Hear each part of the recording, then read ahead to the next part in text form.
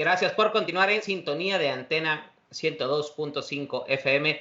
Yo soy Luis Rubén Maldonado y les saludo con mucho gusto. Gracias y bienvenido de vuelta después de un par de semanas de descanso de esta emisión en vivo. Bueno, regresamos desde casa en la sana distancia, en el confinamiento, ahora sí responsable, porque bueno, los contagios no ceden en el país. Es un tema que es inagotable, del cual hemos venido hablando por mucho tiempo. Le recuerdo nuestro número en cabina, el 432-3003, 432-3003, para que nos llame, comente, debata con nosotros.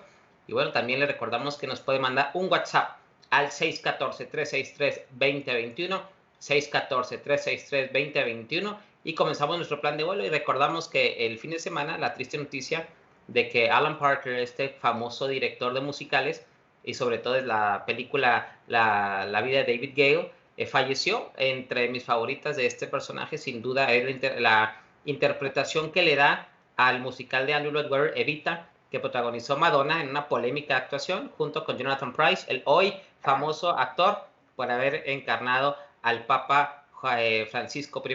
Es el único actor que ha encarnado a los dos argentinos fundamentales en la historia, Juan Domingo Perón y el Papa Francisco I. Así que con esa introducción ya está en la línea, en la videollamada desde Tepic, Nayarit, con un fondo muy huichol, nuestro querido Rafael Vargas Pasalle. Gracias, Rafa, bienvenido, buenas noches. Luis, amigos de Plan de Vuelo, muy buenas noches. Pues nada más le falta personificar a Maradona en ese orden de argentino que está señalando. La verdad que sí, nomás le falta Maradona y completa el cuadro Jonathan Pryce. Pues mira, dando una vuelta de 180 grados a este buen tema de fútbol y cine y demás, esta semana tuvimos varios acontecimientos que vale la pena mencionar. Me gustaría tres. Empezar por el primero, que fue una carta que circuló en días pasados de primeramente 10 gobernadores de la Alianza Federalista, quienes exigían la salida del vocero, el subsecretario de Salud, Hugo López-Gatell, el vocero para la crisis del COVID-19 aquí en México. Pero más allá, eso llamó la atención, digamos, en un primer momento, pero después se volvió más viral cuando uno de esos 10 gobernadores, que es el de Chihuahua, Corral, hace público a través de las redes sociales del gobierno del estado que él no participó en el debate ni tampoco puso su firma ahí. Empezó a generar más noticia la información sobre esta carta exigiendo justicia, que de 10 habíamos pasado a 9, cuando de buenas a primeras desde las redes sociales el gobernador de Querétaro, Pancho Domínguez, también dice: yo quiero, respeto y presumo a mis amigos, a los gobernadores, pero tampoco firmé ese documento. ¿Qué está pasando aquí? Entonces me pregunto yo. De los 10 gobernadores que teníamos, ahora solo quedan 8 que exigen la renuncia del vocero. Pero yo te pregunto, Luis, amigos, ¿quizás sea el momento de pedir la renuncia del vocero? Yo creo que no, Rafa, ¿eh? La verdad es que, digo, podemos estar de acuerdo o en desacuerdo con lo que hace el vocero Hugo López-Gatell, pero cuando se está hundiendo el barco, pues ¿de qué nos sirve correr al capitán? Sí, y además, en este momento yo creo que más que exigirle la renuncia, se le tienen que exigir resultados. Resultados en el sentido de que no basta con lo numérico, también ver qué más está haciendo. Y yo creo que él lo tiene claro, y sus asesores y el equipo de estrategia de comunicación de presidencia y del gobierno, porque recordarás que desde hace 2 o 3 semanas el vocero está dando las conferencias nocturnas en alguna entidad del país, sobre todo del sur, donde va, monta, supervisa, tal. Ahora, ahí corre el riesgo, como lo hemos visto también en algunas escenas en redes sociales, de enfrentarse con la realidad real de este México, que le exige, más allá de la protección de las conferencias de prensa, donde tú decides a quién ceder la palabra, aquí te encaran y te dicen las cosas como son. Entonces, ese es el primer momento mediático que tuvimos en días recientes. El segundo lo vivimos el fin de semana, con una noticia donde quien sale ganando no es el gobernador de Guanajuato, no es el presidente de México, sino sale ganando México como país y como en tema de seguridad, que es la detención de la persona apodada El Marro, que era el jefe del cártel ahí en Santa Rosa de Lima, en Guanajuato.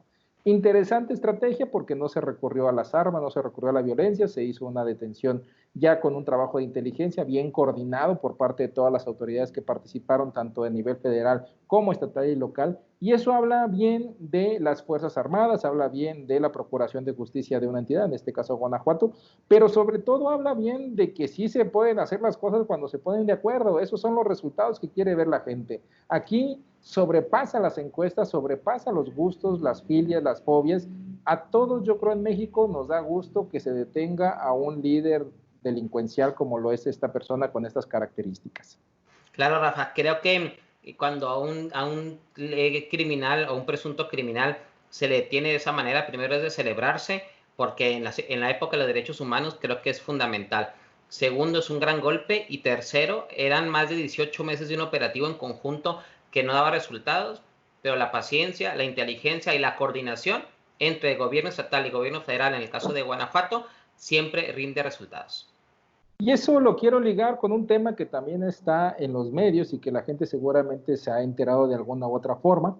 Seguramente viste algunas imágenes y los amigos que nos están viendo y escuchando y siguiendo en redes sociales vieron las imágenes de detención del Marro. Ah, bueno, yo te pregunto y les pregunto, ¿han visto alguna imagen de Emilio Lozoya desde que regresó a México? Ninguna, absolutamente ninguna. Entonces, fueron por él porque lo atraparon cuando estaba fuera de México. Lo trajeron en un avión privado, lo llevan a un hospital y luego recientemente cuando tenía que ir a firmar un reclusorio mandó un correo electrónico. Entonces pareciera que también aquí a algunos se les exige justicia y cierto trato preferencial y a otros nada más se les da el trato preferencial vestido con ese velo de testigo protegido. Y creo ahí que también eso no abona a la credibilidad de las instituciones, un tema que hemos hablado tú y yo mucho. A final de cuentas, si es un delincuente, como algunos señalan y dicen, y se tienen las pruebas, debería de recibir un trato como tal, y no los beneficios de una comodidad que resulta grosero para la gente que está siguiendo el caso, e inevitablemente comparas el caso, como también sucedió en estos días, con el de Rosario Robles, una exfuncionaria de primer nivel del gobierno peñista, quien todavía no es sentenciada y sin embargo ya está cerca de cumplir un año encarcelada. Y eso quisiera tocar yo, Rafa, antes que nada, porque lo ligo yo con la detención del ex gobernador de Chihuahua, César Duarte, a quien ya incluso le remataron algunos de los bienes que supuestamente, y lo digo entre comillas, pues son producto de la malversación de fondos. Primero, la presunción de inocencia, y es un riesgo jurídico muy complicado, según abogados que he contactado, y a nivel nacional lo han comentado incluso en el programa de Ciro Gómez Leiva, cómo es posible que estén rematando los bienes de un cuate que ni siquiera ha sido ni siquiera sentenciado. Sí, yo creo que ahí son los vacíos del ámbito legal que en este país lamentablemente se supone se venía dando y ya no se va a dar, y sin embargo vemos que la realidad nos da un golpe de frente. Son las cosas que minan la credibilidad de las instituciones y que hacen que los gobernantes bajen de puntos en las encuestas. Sin embargo, digamos que unas por otras, la efervescencia que causa la detención del delincuente llamado o apodado Marro contra lo que estamos viendo en un escenario donde Emilio Lozoya es claramente una figura de un ajedrez político electoral, donde se le sacará todo el provecho posible para que siga hundiendo al grupo al que pertenece. Totalmente, Rafa, de acuerdo. Y una cosa adicional que quisiera yo poner en el tintero, Rafa, y que tú comentabas fuera del aire, el asunto de esta mañana se da a conocer el tema educativo, el regreso a clases, una conferencia de prensa donde volvemos a lo que se fundó hace más de 40 años en este país, que es la educación vía televisión satelital. En un mensaje en su diaria conferencia de prensa, el presidente de la República anuncia, en voz del secretario de Educación Pública, Esteban Moctezuma, que quiero hacer un paréntesis, un excelente mensaje del secretario de Educación Pública. Hay momentos donde se requieren buenos mensajes y buenos voceros, y hoy fue uno de esos, y Esteban Moctezuma cumplió perfectamente ese papel.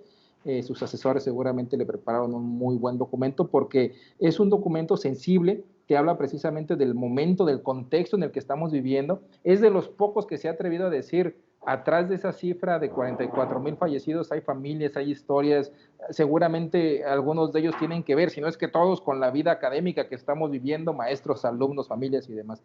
Entonces, el 24 de agosto regresan a clases y como bien dices, no todos en este país tienen las facilidades de un equipo de cómputo o de internet, entonces regresan a aprender a través de lo que se supone casi todo mundo tiene en su casa, que es un aparato receptor de televisión, y si no, también está la opción de radio. Por supuesto, esto es un paliativo a toda una estrategia, quiero pensar yo, desde el tema educativo, porque pues tienes que ponerte a hacer y a responder las preguntas básicas. Los maestros, ¿cómo le van a dar seguimiento a los alumnos? qué Claro. tratamiento se le va a dar a los alumnos que en un momento dado estén a punto de desertar, cómo tratar a los alumnos cuyos padres van a salir a trabajar y se quedan solos en sus casas. En fin, los maestros que no tienen los aditamentos, la preparación, la capacitación necesaria para seguir este tipo de actividades por esa vía remota. Yo creo que es un buen paso, pero es el primero de muchos otros que se tiene que dar desde la Secretaría de Educación Pública para que el ciclo escolar que viene sea menos complicado de como terminó el anterior y sea sobre todo provechoso, porque a final de cuentas la transmisión de conocimiento, en este caso el vehículo es la televisión, es incompleto, esto es, ese es solamente el medio, el complemento tiene que ser el profesor, el alumno aprendiendo, los padres dándole seguimiento, es un trabajo de equipo, la sociedad misma ayudando a esa educación de esos niños, de esos adolescentes. Así es, Rafa, es un primer paso, esperemos de una estrategia que irán desdoblando en la Secretaría de Educación y por lo pronto, pues con eso nos quedamos. Le recordamos que puede seguir la mejor información en www.consentidocomún.mx. Recuerde que aquí Rafael Vargas Pasaya es quien le pone el sentido común al plan de vuelo. Muchas gracias, Luis. Un saludo a todos hasta Chihuahua. Un abrazo, Rafa, y nos escuchamos la próxima semana.